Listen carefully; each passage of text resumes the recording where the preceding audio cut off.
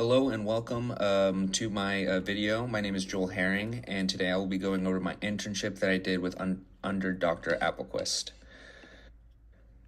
So some site information, the location was at Texas A&M University, Corpus Christi at Building Island Hall. Our mission was biomechanics research, and the population that we worked with was Islander athletes and students. So some internship objectives. The main goal was to help Caleb with his master's thesis that ended up being the big bulk of my work there.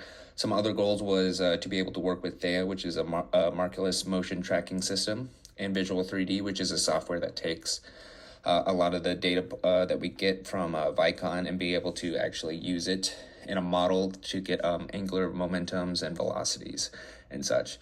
And as well as I mentioned before, be able to work with Vicon, which is what we use to measure the forces of the plates and be able to see that visually. I'd say the best experience working with Dr. Applequist and Caleb was being able to contribute in supporting Caleb in the finalization of his master's thesis. That was probably the best experience, being able to work with him, help him through all the different types of issues that occurred, and then being able to kind of sit down and watch him do his defense was very cool. Being able to be a part of that research and see all the ins and outs of how it all works was a very unique experience and something that I definitely say would be the highlight of my time there. The most challenging experience was definitely working with Visual 3D. It definitely gave us the bulk of our issues throughout the entire research. It was also the main antagonist, I guess, to Caleb. A lot of our issues came because Visual 3D is a very difficult software to use, and there's not a lot of people that use it, especially in the biomechanics world. So a lot of issues that rise up from it are essentially, there's no clear solution to being able to work those things out. So a lot of them is you just kind of have to figure it out. And Visual 3D was also being just difficult in general with the way we recorded things and the way that it wouldn't save anything. So we would do hours of work just to realize that it was essentially pointless, or it just simply wouldn't save.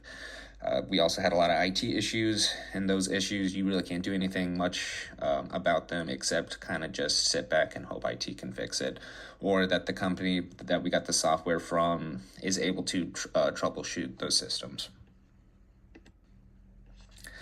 Now, what would I do differently? First, I would start working with Visual 3D from the start, just so I can get a better understanding of a lot of the problems and issues that would come up, and being able to essentially work those things out a lot faster.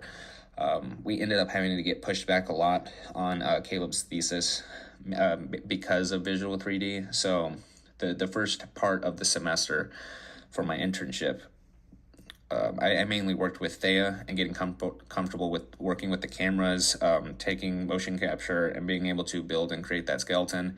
And then the second part of that of the internship was working with Caleb in his thesis, which the bulk of which was Visual 3D. So I'd start working with Visual 3D right from the beginning.